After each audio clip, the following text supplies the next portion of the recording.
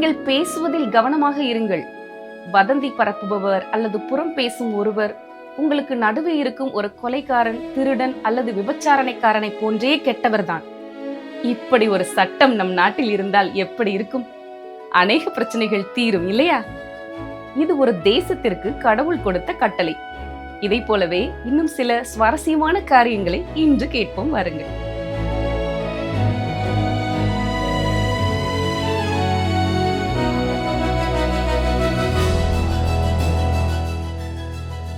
அருமையானவர்களே, இந்த நாட்களிலே நாம் பரிசுத்த வேதாகமத்தில் உள்ள 2வது புத்தகமான யாத்திராகம புத்தகத்தை கற்று வருகிறோம். கடந்த நிகழ்ச்சியிலே 21, 22 அதிகாரங்களை படித்தோம். அந்த அதிகாரங்களிலே சமுதாயத்திலே மக்கள் பாதுகாவலோடு இருப்பதற்கான சில சட்ட திட்டங்களை தேவன் இஸ்ரவேல் ஜனங்களுக்கு கொடுத்ததை பார்த்தோம். இன்று யாத்திராகமம் 23 மற்றும் 24 அதிகாரங்களை படிப்போம். 23 அதிகாரத்திலே உரிமை தொடர்பான சட்டத்தின் தொடர்ச்சி, நிலம் மற்றும் ஓய்வு நாள் தொடர்பான சட்டம் மற்றும் தேசிய பண்டிகைகள் தொடர்பான சட்டங்களை வாசிக்கிறோம். யாத்திராகமம் 23 அதிகாரம் 1 வசனத்தை பாருங்கள். அபாண்டமான சொல்லை ஏற்றுக்கொள்ளாயாக, கொடுமையுள்ள சாட்சிக்காரனாயிருக்க ஆகாதவனோடே கலவாயாக. நீங்கள் பேசுவதிலே கவனமாக இருங்கள். இது கடவுள் வகுத்த ஒழுக்க நெறி. வதந்தி பரப்புகிறவர்கள் அல்லது புறம் பேசுகிற ஒருவர் உங்களுக்கு நடுவே இருக்கும் ஒரு கொலைகாரன், திருடன் அல்லது விபச்சாரக்காரனை போன்றவே கெட்டவர்தான். என்றாலும் நம் சமுதாயத்திலே வதந்தி பரப்புகிறவர்கள் மிக எளிதாக தப்பி விடுகிறார்கள்.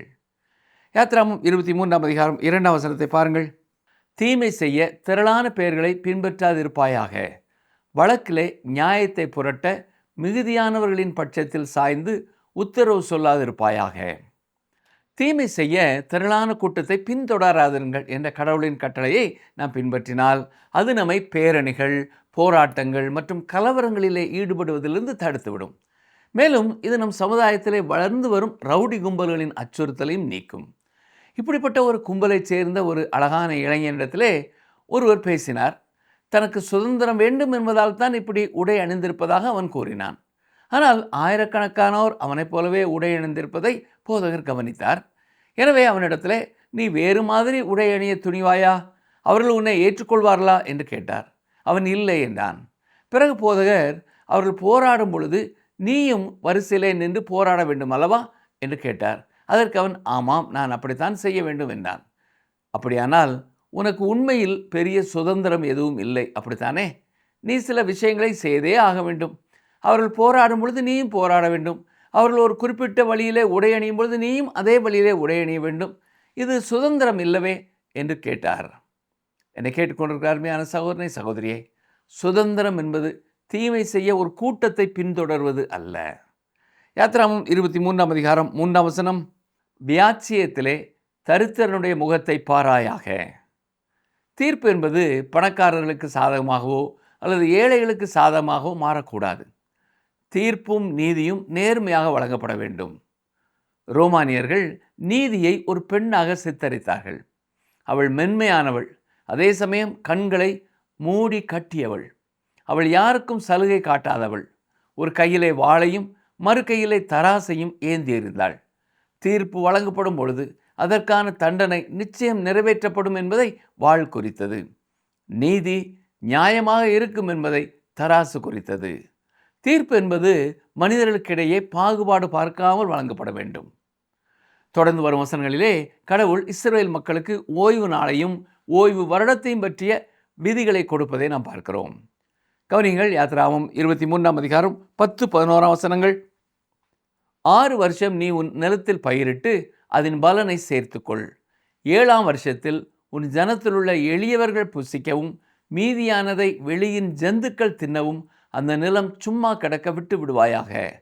உன் திராட்சை தோட்டத்தையும் உன் ஒலிவத் தோப்பையும் அப்படியே செய்வாயாக. இஸ்ரவேல் மக்கள் அந்த தேசத்திற்குள்ளே செல்லும் பொழுது கடவுள் இந்த சட்டத்தை அவர்களோடு சேர்ந்து மறு பரிசீலனை செய்வார்.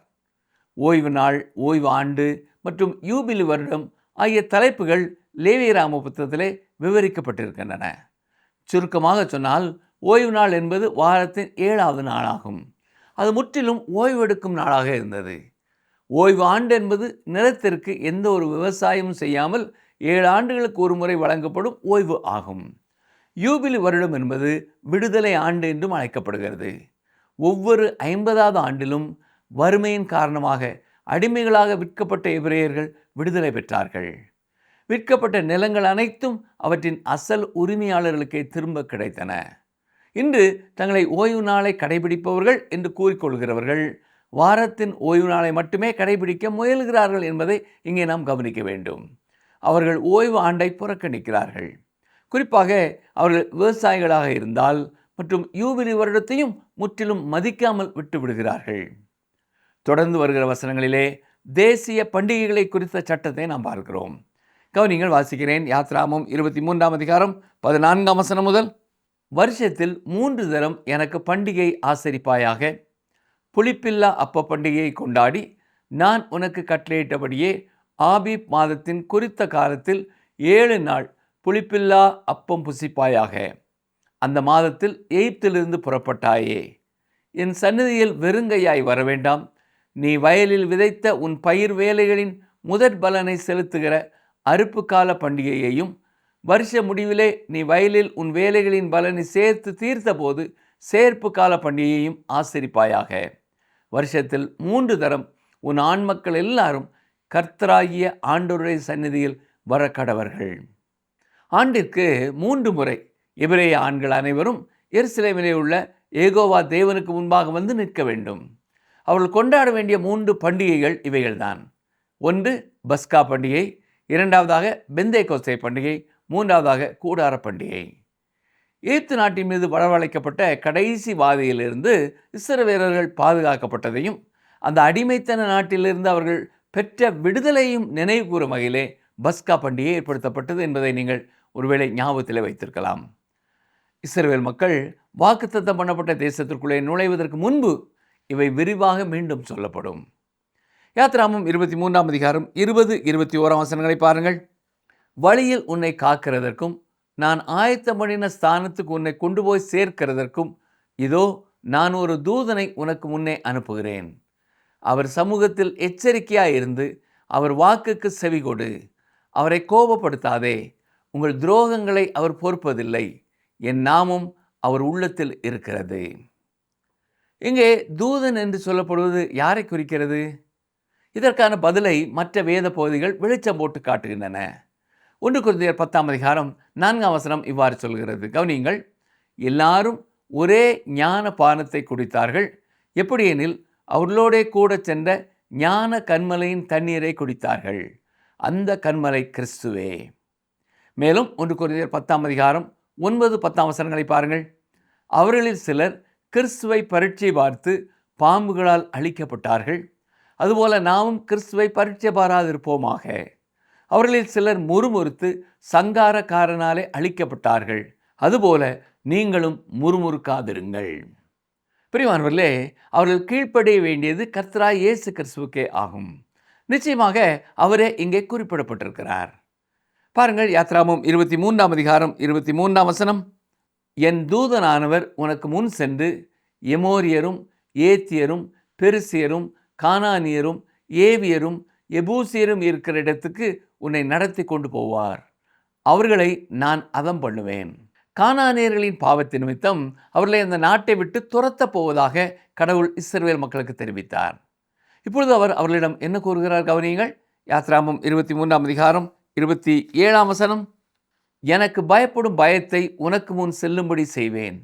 நீ செல்லும் இடமெங்கும் உள்ள ஜனங்கள் எல்லாரையும் கலங்கடித்து உன் சத்துருக்கள் எல்லாரையும் முதுகு காட்ட பண்ணுவேன். தேவன் இஸ்ரவேலர்களை இஸ்ரவேல் தேசத்தில் இருத்தி அதை அவருடைய தேசமாக மாற்றுவதுதான் தமது நோக்கம் என்று அவர்களிடம் கூறுகிறார். அதன் பிறகு தேவன் அவர்களிடம் என்ன சொல்கிறார்? பாருங்கள், யாத்ராமம் 23ஆம் அதிகாரம் 32ஆம் வசனம் முதல். அவர்களோடும் அவர்கள் தேவர்களோடும் நீ உடன்படிக்கை பண்ணாதிருப்பாயாக. அவர்கள் உன்னை எனக்கு விரோதமாக பாவம் செய்ய பண்ணாதபடிக்கு உன் தேசத்திலே குடியிருக்க வேண்டாம். நீ அவர்கள் தேவர்களை சேவித்தால் அது உனக்கு கண்ணியாயிருக்கும் என்றார். இஸ்ரவேல் மக்கள் அந்த தேசத்திலே வாழ்ந்தவர்களுடனோ அல்லது அவர்களின் தெய்வங்களுடனோ எந்த ஒரு உடன்படிக்கையும் செய்துள்ள கூடாது என்று இருந்தது. ஆனால் யோசுவா கிபியோனியர்களுடன் உடன்படிக்கை செய்து ஒரு தவறான காரியத்தை செய்தார். அவர் போதுமான அளவு விசாரித்து ஆராயவில்லை. இறுதியிலே இஸ்ரவேல் தேசம் பாபிலோனிய அடிமைத்தனத்திற்குள்ளே சென்றதற்கு காரணமே அவர்கள் விக்கிரக ஆராதனையில் ஈடுபட்டு மற்ற தெய்வங்களை வழிபட்டதே ஆகும். வேறு வார்த்தைகளில் சொல்ல வேண்டுமென்றால் அவர்கள் கடவுளின் எச்சரிக்கைக்கு செவி கொடுக்கவில்லை. சரி, தொடர்ந்து 24ஆம் அதிகாரத்தை நாம் படிப்போம். ஆசரிப்பு கூடாரம் அமைப்பதற்கு முன்பு இருந்த இஸ்ரவேலரின் வழிபாட்டு முறை மற்றும் இஸ்ரவேல் மக்கள் உடன்படிக்கையை ஏற்றுக்கொள்வதை குறித்து பார்க்க போகிறோம். தொடர்ந்து மோசே தனியாக சீனாய் மலையின் மேலே ஏறி கர்த்தரை சந்திக்க செல்வதையும் இந்த அதிகாரத்தில் நாம் பார்க்கிறோம். யாத்ராமம் 21ஆம் அதிகாரத்தில் தொடங்கிய சமூக சட்டங்கள் பற்றிய பகுதி யாத்ராமம் 24ஆம் அதிகாரத்துடன் நிறைவடைகிறது. மோசேயின் நியாயப்பிரமாணம் என்பது வெறும் 10 கட்டளைகள் மட்டுமல்ல, அதைவிட பெரியது என்பதையும் சமுதாயம் தொடர்பான சட்டங்கள் என்ற பகுதி மிக பரந்த விஷயங்களை உள்ளடக்கி இருக்கிறது என்பதையும் நாம் அறிந்து கொண்டோம். யாத்ராகமம் 24ஆம் அதிகாரம் 1ஆம் வசனத்தை பாருங்கள். பின்பு அவர் மோசேயை நோக்கி, நீயும் ஆரோனும் நாதாபும் அபியூவும் இஸ்ரவேலின் மூப்பரில் 70 பேரும் கர்த்தரிடத்தில் ஏறி வந்து தூரத்திலிருந்து பணிந்து கொள்ளுங்கள். கடவுள் இந்த மனிதர்களை மலையின் மேலே ஏறி வரும்படி கூறுகிறார். ஆனால் அந்த நேரத்திலே ஒரு தனித்துவமான மிக உயர்ந்த நிலையில் இருந்த இந்த மனிதர்களுக்கும் கூட தூரத்திலிருந்தே ஆராதிக்க வேண்டும் என்று சொல்லப்பட்டது. கிருபையின் கீழ் இருக்கும் காரியங்களை விட நியாயப்பிரமாணத்தின் கீழ் இருந்த காரியங்கள் எவ்வளவு வித்தியாசமாக இருந்தன கவனித்தீர்களா? எகிப்திலிருந்து கடவுள் அவர்களை கிருபை என்னும் கழுகின் சிறகுகளிலே சுமந்து வழி நடத்தி வந்த சூழ்நிலைக்கும் இதற்கும் எவ்வளோ பெரிய ஒரு வித்தியாசம். நியாயப்பிரமாணத்தின் கீழே மனிதன் தூரத்திலிருந்தே ஆராதிக்க வேண்டியது இருந்தது. ஆனால் இன்று எபேசியர் 2:13 என்ன சொல்கிறது?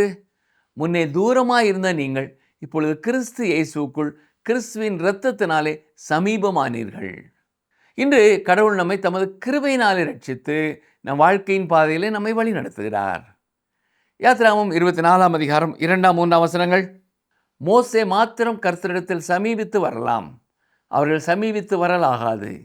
ஜனங்கள் அவனோடே கூட ஏறி வர வேண்டாம் என்றார். மோசே வந்து கர்த்தருடைய வார்த்தைகள் யாவையும் நியாயங்கள் யாவையும் ஜனங்களுக்கு அறிவித்தான். அப்பொழுது ஜனங்கள் எல்லாரும் ஏக சத்தமாய் கர்த்தர் அருளின எல்லா வார்த்தைகளின்படியும் செய்வோம் என்று பிரதியுத்தரம் சொன்னார்கள். தன்னுடைய கட்டளைகளும் நியாய பிரமாணங்களையும் நான் கொடுக்கிறேன் என்று கடவுள் சொன்னதற்கு இஸ்ரவேல் ஜனங்கள் ஆம் என்று உறுதியாக பதிலளிப்பது இது 2வது முறையாகும். ஆம், எங்களுக்கு உம்முடைய நியாய பிரமாணம் வேண்டும் என்று கடவுளிடம் கூறும் பொழுது அவர்கள் தங்கள் மீது மிகுந்த நம்பிக்கையுடனும் தங்களால் எல்லாம் முடியும் என்ற எண்ணத்துடனும் கொஞ்சம் திமிருடனும் இருந்தார்கள் என்று சொல்லலாம். கடவுளின் எல்லா வார்த்தைகளும் தங்களுக்கு கிடைப்பதற்கு முன்பாகவே அவர்கள் அந்த வார்த்தைகளின்படி எல்லாவற்றையும் செய்வதாக வாக்குறுதி அளிக்கிறார்கள். அவர்களுக்கு 10 கட்டளைகள் கொடுக்கப்பட்டுள்ளன, அதை தங்களால் கடைபிடிக்க முடியும் என்றும் அவர்கள் நம்புகிறார்கள். இஸ்ரவேல் மக்கள் எப்படி தங்களை தாங்களே இவ்விதம் ஏமாற்றி கொண்டார்கள் என்றது நமக்கு ஆச்சரியமாயிருக்கிறது. ஆனால் தாங்கள் இன்னும் நியாயப்பிரமாணத்தின்படி தான் வாழ்ந்து கொண்டிருக்கிறோம் என்று நம்பும் பல மனிதர்களை பார்க்கும் பொழுதும் ஆச்சரியமாயிருக்கிறது. தாங்கள் கடவுளின் தராதரத்திற்கு ஏற்ப வாழ்வதாக நம்புகிறவர்கள் தங்களை தாங்களே ஏமாற்றிக் கொள்கிறார்கள். அருமையானவர்களே, இது ஒரு பயங்கரமான விஷயம். 1 யோவான் 1ஆம் அதிகாரம் 8ஆம் வசனம் என்ன சொல்கிறது? நமக்கு பாவம் இல்லை என்போமானால் நம்மை நாமே வஞ்சிக்கிறவர்களாய் இருப்போம், சத்தியம் நமக்குள் இராது. நீங்கள் உங்கள் பக்கத்து வீட்டாரையோ உங்கள் மனைவியையோ கணவரையோ அல்லது உங்கள் அன்புக்குரியவர்களையோ ஏமாற்ற முடியாது. ஆனால் உங்களை நீங்களே நிச்சயம் ஏமாற்றிக் கொள்ள முடியும். உங்களுக்கு பாவம் இல்லை என்று நீங்கள் சொன்னால் உங்களை நீங்களே ஏமாற்றிக் கொள்கிறீர்கள். எனக்கு பாவம் இல்லை என்று சொல்லும் பொழுது ஒரு மனிதன் கொஞ்சமாவது உண்மையாக இருக்க வேண்டும் என்று நீங்கள் நினைக்கலாம். ஆனால் அவனிடம் உண்மையே இல்லை என்று யோவான் சொல்லுகிறார். ஒருவேளை நீங்கள் இதை கவனிக்க தவறினால் யோவான் 1 யோவான் 1:10 இதை மீண்டும் வலியுறுத்துகிறார். பாருங்கள், வாசிக்கிறேன்.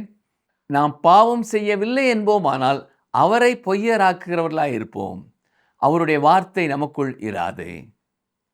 உங்களுக்கு பாவம் இல்லை என்று நீங்கள் கூறினால் நீங்கள் கடவுளையே பொய்யராக்குகிறீர்கள் என்று சொல்லுகிறார். அருமையான சகோதரனே சகோதரியே, கடவுள் பொய்யர் அல்ல.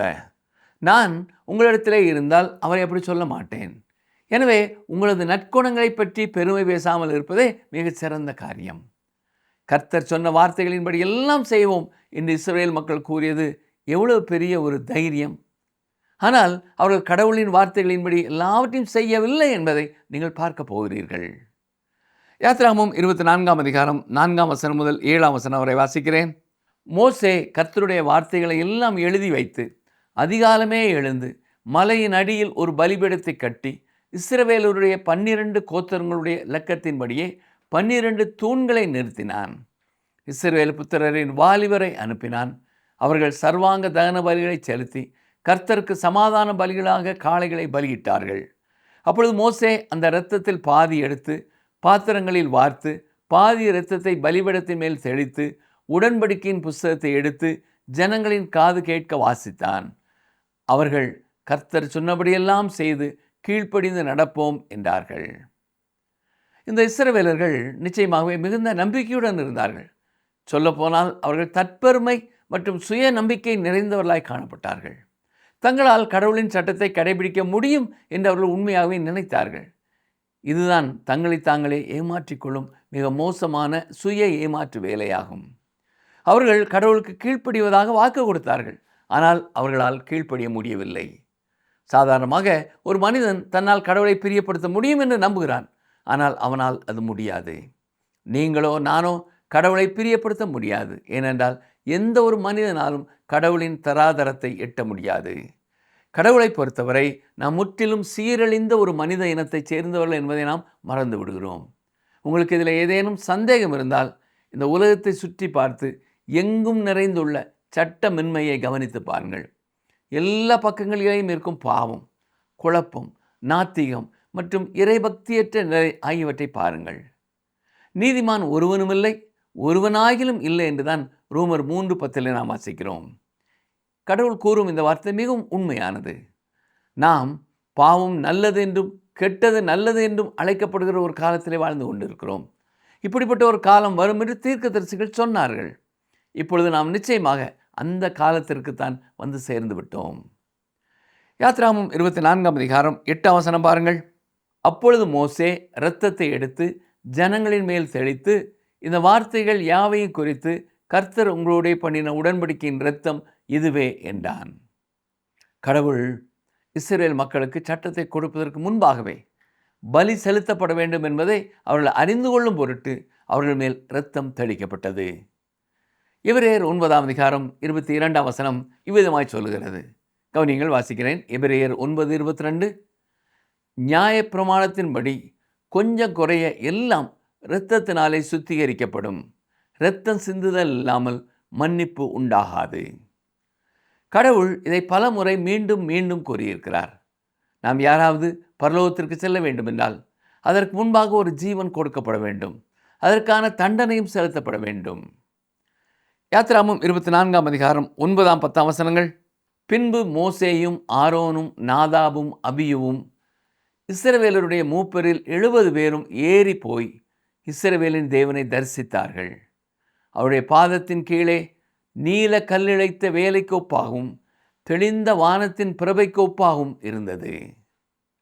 பிரபைக்கு ஒப்பாகும் என்று சொல்லப்பட்டிருப்பது என்ன என்று ஒருவேளை நீங்கள் யோசிக்கலாம். பிரபை என்ற சொல்லுக்கு ஒளி அல்லது பிரகாசம் என்று பொருள். இது சமஸ்கிருத வார்த்தையான பிரபா என்பதின் தமிழ் வடிவமாகும். அவர்கள் இஸ்ரவேலின் தேவனை கண்டார்கள் என்ற வார்த்தையை மற்ற வேத பகுதிகளின் வெளிச்சத்திலே நாம் புரிந்து கொள்ள வேண்டும். உண்மையிலேயே கடவுள் ஒரு ஆவியாக இருப்பதால் அவரை யாரும் கண்டதில்லை. யோவான் 1:18 நமக்கு இவ்விதம் கூறுகிறது. தேவனை ஒருவனும் ஒருபோதும் கண்டதில்லை. பிதாவின் மடியில் இருக்கிற ஒரே பேரான குமாரனே அவரை வெளிப்படுத்தினார். அப்படி என்றால் அவர்கள் கண்டது கடவுளின் ஒரு பிரதிபலிப்பை அல்லது ஒரு வடிவத்தை மட்டுமே. நித்தியம் முழுவதும் நாம் பிதாவாகிய தேவனை நேரில் காண்போம் என்பது சந்தேகமே. பிதாவை நாம் மிக நெருக்கமாக காண்பது இயேசு கிறிஸ்துவின் மூலமாகத்தான் இருக்கும். ஆனால் நம் இருதயங்களை திருப்திப்படுத்த அவர் ஒருவரே போதுமானவராக இருப்பார். இன்று நாம் பிதாவை பற்றி அறிந்திருக்கும் அனைத்தும் குமாரனாய் இயேசுவின் மூலமாக மட்டுமே ஆகும். பிதாவாகிய தேவன் எப்படி இருக்கிறார், என்ன உணர்கிறார் அல்லது என்ன நினைக்கிறார் என்று நமக்கு தெரியாது. ஏனென்றால் ஏசாயா 55:8-9 வசனங்கள் இவ்விதமாய் சொல்லுகிறது. என் நினைவுகள் உங்கள் நினைவுகள் அல்ல, உங்கள் வழிகள் என் வழிகளும் அல்லவென்று கர்த்தர் சொல்லுகிறார். பூமியை பார்க்கிலும் வானங்கள் எப்படி உயர்ந்திருக்கிறதோ அப்படியே உங்கள் வழிகளை பார்க்கிலும் என் வழிகளும், உங்கள் நினைவுகளை பார்க்கிலும் என் நினைவுகளும் உயர்ந்திருக்கிறது. ஆனால் இயேசு அவரை நமக்கு வெளிப்படுத்தி இருக்கிறார். மோசே, ஆரோன், நாதாப், அபியூ மற்றும் இஸ்ரவேலின் 70 மூப்பர்களும் பிதாவாகிய தேவனை காணவில்லை. மாறாக அவர்கள் கடவுளின் ஒரு பிரதிபலிப்பை தான் கண்டார்கள் என்று சொல்லலாம். யாத்திராகமம் 24ஆம் அதிகாரம் 11ஆம் வசனத்தை பாருங்கள். அவர் இஸ்ரவேல் புத்திரருடைய அதிபதிகள் மேல் தம்முடைய கையை நீட்டவில்லை. அவர்கள் தேவனை தரிசித்து பின்பு புசித்து குடித்தார்கள். முந்தைய வசனத்தைப் போலவே இந்த வசனத்திலும் அவர்கள் கண்டது கடவுளின் ஒரு பிரதிபலிப்பைத்தான். பின்னர் மோசே கடவுளை காண வேண்டும் என்று கேட்கிறார். ஏனென்றால் அதுவரை அவர் கண்டதெல்லாம் கடவுளின் ஒரு வடிவத்தை மட்டுமே. மோசே கடவுளை நேரிலே பார்க்க விரும்பினார். அதுபோலவே மேல் வீட்டு அறையிலே பிலிப்புவும் கடவுளை காண வேண்டும் என்றுதான் வேண்டுகோள் விடுத்தார். பிலிப்பு அவரை நோக்கி, ஆண்டவரே, பிதாவை எங்களுக்கு காண்பியும், அது எங்களுக்கு போதும் என்றான். அதற்கு இயேசு என்ன சொன்னார்? பிலிப்புவே, இவ்வளவு காலம் நான் உங்களுடனே கூட இருந்தும் நீ என்னை அறியவில்லையா? என்னை கண்டவன் பிதாவை கண்டான். அப்படி இருக்க பிதாவை எங்களுக்கு காண்பியும் என்று நீ எப்படி சொல்கிறாய் என்று கேட்டார். என் சத்தத்தை கேட்டுக்கொண்டிருக்கிற எனக்கு அருமையான சகோதரனே, சகோதரியே, நீங்கள் கடவுளை காண விரும்பினால் நீங்கள் இயேசு கிறிஸ்துவின் மூலமாகத்தான் செல்ல வேண்டும். எனவே நீங்கள் இயேசு கிறிஸ்துவை குறித்து சரியாக அறிந்து கொள்ளுங்கள். அப்பொழுது கடவுளை குறித்தும் நீங்கள் சரியாய் அறிந்து கொள்ள முடியும். விசுவாசமுள்ள சாதாரண மக்கள் சிலர் தாங்கள் ரட்சிக்கப்பட்டதிலிருந்து நேரடியாக கடவுளின் சமூகத்திற்குள்ளே செல்ல முடிகிறது என்று சாட்சி கூறுவதை நான் கேட்டிருக்கிறேன். ஆனால் உண்மை என்ன தெரியுமா? நாம் நேரடியாக கடவுளின் சமூகத்திற்குள்ளே செல்வதில்லை. நமக்கு ஒரு மத்தியஸ்தர் அல்லது ஒரு இடை நிற்பவர் இருக்கிறார். தேவன் ஒருவரே, தேவனுக்கும் மனுஷருக்கும் மத்தியஸ்தரும் ஒருவரே. அவரே கிறிஸ்து இயேசு என்னும் மனுஷன் என்று 1 தீமோத்தேயு 2:5 கூறுகிறது. நீங்கள் மத்தியஸ்தராகிய கிறிஸ்து இயேசுவின் மூலமாகவே கடவுளிடம் வர முடியும். யோபு ஆவலோடு எதிர்பார்த்த அந்த நடுவர் கிறிஸ்துவே ஆவார். கிறிஸ்து தமது ஒரு கரத்தை பிதாவின் கரத்திலும் மறு கரத்தை உங்கள் கரத்தையும் பிடித்து உங்களையும் கடவுளையும் உண்டாக இணைக்கிறார். நம்முடைய சொந்த முயற்சியினால் நாம் பிதாவாகி தேவனை சென்றடைய முடியாது. இதை நாம் உணர்ந்து கொள்ள வேண்டும். சரி, யாத்திராகமம் 24ஆம் அதிகாரம் 13ஆம் வசனத்தை பாருங்கள். அப்பொழுது மோசே தன் ஊழியக்காரனாகிய யோசுவாவோடே எழுந்து போனான். மோசே தேவ பர்வதத்தில் ஏறி போகையில். இப்பொழுது யோசுவா இந்த வரலாற்று பின்னணியில் அதிகமாக தெரிய தொடங்குகிறார். மோசேக்கு பிறகு தலைவராவதற்கு கடவுள் அவரை ஆயத்தப்படுத்தி வருகிறார். அவர் ஒரு வாலிபனாக இருக்கிறார். இஸ்ரவேல் மக்களை வழிநடத்த அவர் ஆயத்தமாவதற்கு முன்பாக கடவுள் அவருக்கு கற்றுக் கொடுக்க வேண்டிய காரியங்கள் பல இருக்கின்றன. யாத்திராகமம் 24ஆம் அதிகாரம் 14 முதல் 18ஆம் வசனம் வரை பாருங்கள். அவன் மூப்பரை நோக்கி, நாங்கள் உங்களிடத்தில் திரும்பி வருமட்டும் நீங்கள் இங்கே எங்களுக்காக காத்திருங்கள். ஆரோனும் ஊரும் உங்களிடத்தில் இருக்கிறார்கள். ஒருவனுக்கு யாதொரு காரியம் உண்டானால் அவன் அவர்களிடத்தில் போகலாம் என்றான். மோசே மலையின் மேல் ஏறின போது ஒரு மேகம் மலையை மூடிற்று. கர்த்தருடைய மகிமை சீனாய் மலையின் மேல் தங்கியிருந்தது. மேகம் 6 நாள் அதை மூடியிருந்தது. 7ஆம் நாளில் அவர் மேகத்தின் நடுவிலிருந்து மோசேயை கூப்பிட்டார். மலையின் கொடுமுடியிலே கர்த்தருடைய மகிமையின் காட்சி இஸ்ரவேல் புத்திரருடைய கண்களுக்கு பட்சிக்கிற அக்கினியைப் போல் இருந்தது. மோசே மேகத்தின் நடுவிலே பிரவேசித்து மலையின் மேல் ஏறி இரவும் பகலும் 40 நாள் மலையில் இருந்தான். சீனாய் மலையின் மேலே இருந்த இந்த குறிப்பிட்ட காலகட்டத்தில் தான் மோசே இந்த புத்தகத்தின் மீதி பகுதியில் கொடுக்கப்பட்டிருக்கிற கட்டளைகளை பெற்றார் என்று சொல்லலாம். அருமையான தம்பி, தங்கச்சி, சகோதரனே, சகோதரியே, இன்று நாம் தியானித்த தேவனுடைய வார்த்தைகள் நம்முடைய வாழ்க்கைக்குரிய மிக முக்கியமான 3 பாடங்களை கற்றுத்தருகின்றன. நாமும் பல நேரங்களிலே நான் நல்லவனாக வாழ்ந்து விடுவேன், என் சுய முயற்சினாலே கடவுளை பிரியப்படுத்தி விடுவேன் என்று நம்மையே ஏமாற்றி கொண்டிருக்கிறோம். ஆனால் 1 யோவான் 1:8 கூறுகிறது போல, நமக்கு பாவம் இல்லை என்போமானால் நம்மை நாமே வஞ்சிக்கிறவர்களாய் இருப்போம். நமது நட்பண்புகள் நம்மை ரட்சிக்காது. மாறாக நாம் பலவீனர்கள். நமக்கு ஒரு இரட்சகர் தேவை என்பதை உணர்வதே ஆவிக்குரிய வாழ்க்கையின் முதல் படி. இப்படி ஒத்துக்கொண்டு பரிசுத்த ஆவியானவரின் உதவியை தேடும் பொழுது அவரே நமக்கு அற்புதமான ஞானத்தையும் பலனையும் வழிநடத்தலையும் கொடுக்கிறார். நியாயப்பிரமாணம் கொடுக்கப்படுவதற்கு முன்பே இஸ்ரவேல் ஜனங்கள் மேல் இரத்தம் தெளிக்கப்பட்டது. ஏன் தெரியுமா? இரத்தம் சிந்துதல் இல்லாமல் பாவ மன்னிப்பு இல்லை என்பதுதான் வேத வசனம் நமக்கு கற்றுத்தரும் மாபெரும் சத்தியம்.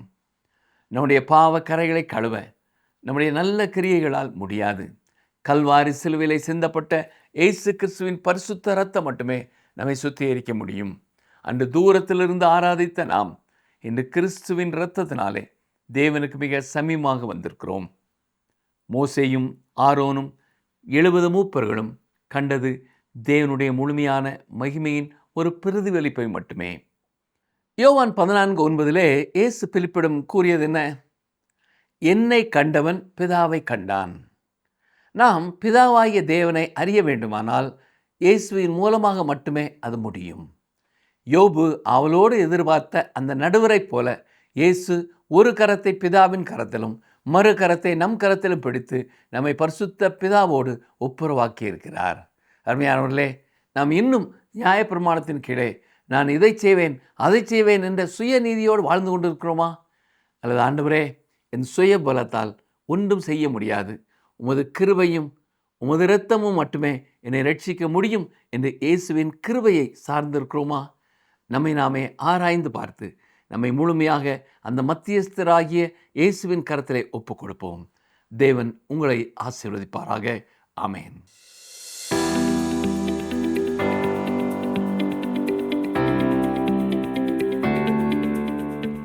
மோசே, ஆரோன் மற்றும் இஸ்ரவேலருடைய மூப்பரில் 70 பேரோடும் ஏறிப்போய் இஸ்ரவேலின் தேவனை தரிசித்தவர்கள் யார்? ஆப்ஷன் ஏ, நாதாபும் அபியூவும். ஆப்ஷன் பி, காலேபும் யோசுவாவும். ஆப்ஷன் சி, நாதாபும் யோசுவாவும்.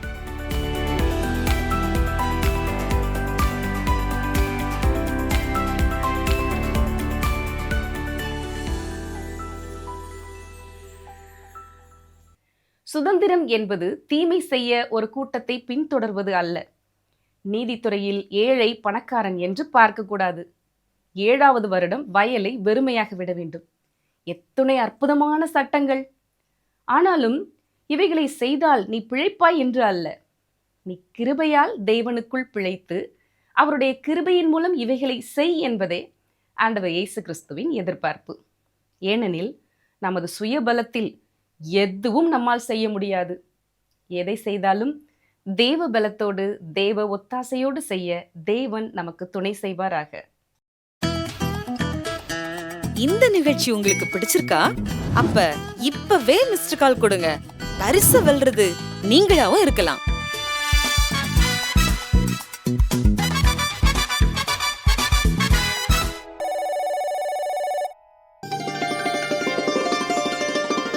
என் நாமம் தரிக்கப்பட்ட என் ஜனங்கள் தங்களை தாழ்த்தி ஜெபம் பண்ணி என் முகத்தை தேடி தங்கள் பொல்லாத வழிகளை விட்டு திரும்பினால், அப்பொழுது பரலோகத்தில் இருக்கிற நான் கேட்டு அவர்கள் பாவத்தை மன்னித்து அவர்கள் தேசத்துக்கு சேமத்தை கொடுப்பேன்.